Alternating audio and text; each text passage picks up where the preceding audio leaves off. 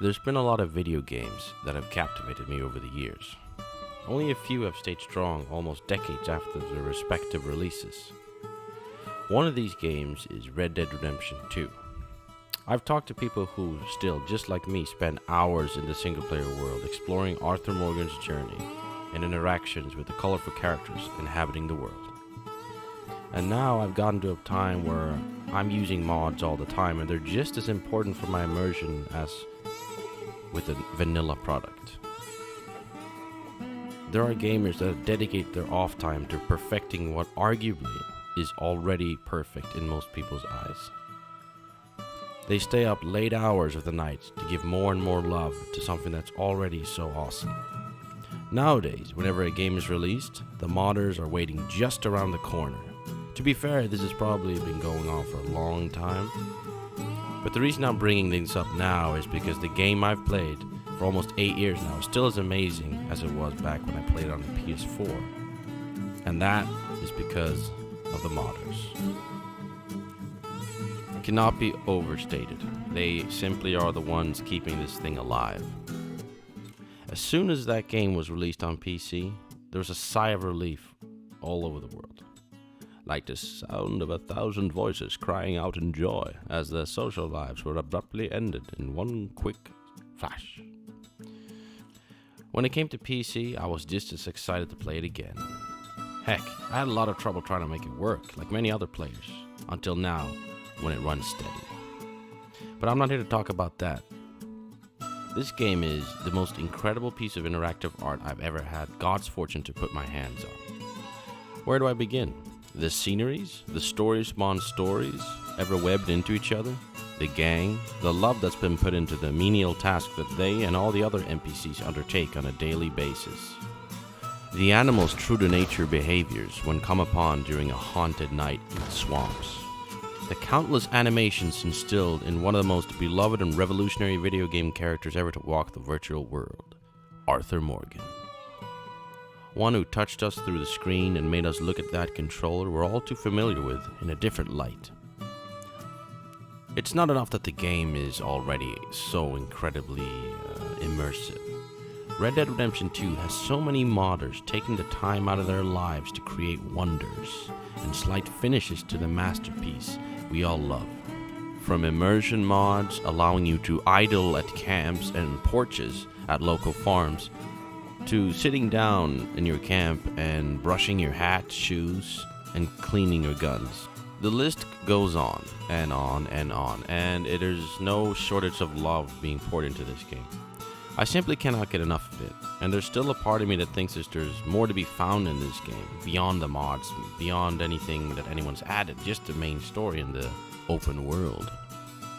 Just a month ago, I saw John Marston and Arthur inside the Horseshoe Overlook camp.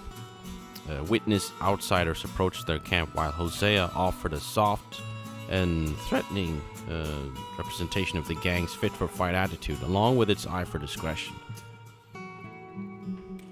I've been privy to so many meaningful moments that seem like real-life events. Riding across this open world from Van Horn to Armadillo, I've seen pretty much all there is to see. Or so I tell myself, until I see the next small but intriguing detail left by the developers, such as the statue cave that's located somewhere in the Grizzlies, or if it is that Amberino, I don't remember. But the lack of clarity tells you about how many things there are in this game that keep piling up. Now I've played this game so many times that I've started to riddle it with mods. But trust me, I say it fondly, because there's so many talented and skilled people spending their off time to make beautiful renditions of this game's world, characters, and more. An example of this is the new Heartlands mod, that paints the north middle part of the map in a yellow and beige color that resembles the first trailer released by Rockstar upon the announcement back in 2016 or so. Along with the new look, there's also a completely new original track thrown in with the old ones. New tracks that put a spin on the already known world.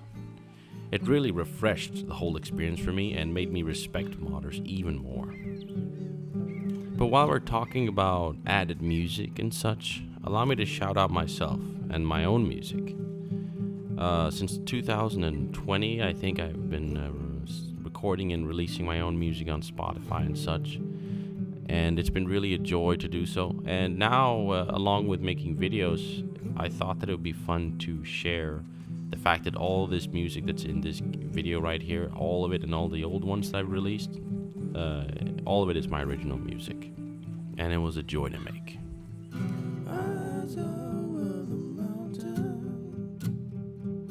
eyes over the hills. If there's a will, there's a way. As long as you keep your eyes open.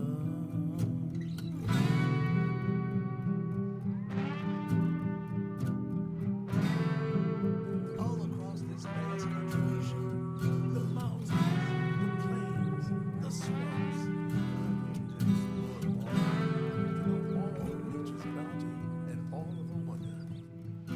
Eyes over the mountain, eyes over the hills. If there's a will, there's a way. As long as you keep your eyes open. The smoking mod is also a big and underappreciated mod that a lot of people use for their videos. It allows you to smoke cigarettes on command with a more nuanced sequence of animations to choose from. Now, it might seem ridiculous, like, hey man, like, what, you don't even smoke it in real life? What are you doing? But dude, there's something about these mods, man. There's something about feeling what it's like to forget that you're in a video game. Right now, you're just Arthur Morgan, smoking a cigarette or a freaking cigar if you want. You're cleaning your gun, and it's got that YM's DLC added gun medals, such as the old casing color, which is really cool, and it makes your gun look like it's been around for 20 years or so. Anyway, it's just part of what makes this game so awesome. It's like when they released this game, it was already so freaking good, and they had to cut so many things from it, which have been restored, like the lasso has been restored by modders as well. Another thing that's been restored is the holster on the back, which was seen, I believe, in an old image from the beta of this game. All this is possible because there's people out there that love this game so much, and we as gamers were so fortunate to be part of their imaginative minds and their dedication to maintain something that, let's be honest, it's been out for 7-8 years now. I mean, that's not a short amount of time. What's next? Anyway, I love making these videos, and I hope you love watching. And if you did, then like and subscribe. God bless you.